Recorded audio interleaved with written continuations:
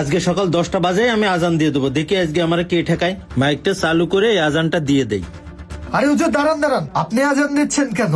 আজান তো দেবো আমি, আর এখনো তো আজানের সময় হয়নি। মুয়াজ্জিম সাহেব, আজান যে আপনি দেন এটা আমি জানি, আর এখন সময় যে হয় না এটাও আমি জানি। আপনি শুধু দেখেন আমি কি করি। আজকের আজানটা আমি দেবো, আপনি দাঁড়ান। হুজুর, এখন আজান দিলে এলাকাবাসী কি বলবে, আর সভাপতি যারা কমিটিতে আছে তারা কি বলবে? আরে ওইটা নিয়ে আপনি চিন্তা করেন না, ওটা আমি দেখে নেব, আপনি নিশ্চিন্তে থাকেন। আরে আরে ইমাম সাহেব,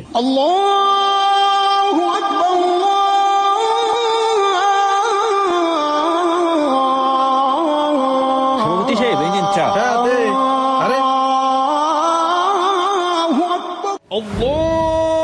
আরে কি ব্যাপার, মুয়াজ্জিম সাহেব এখন আজান দিচ্ছে কেন?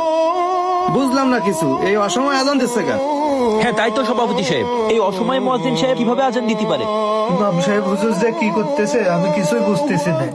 এত তাড়াতাড়ি আজান দিয়ে দিচ্ছে, মানুষজন এসে কি বলবে? মুয়াজ্জিম অসময় আজান দেবে কেন?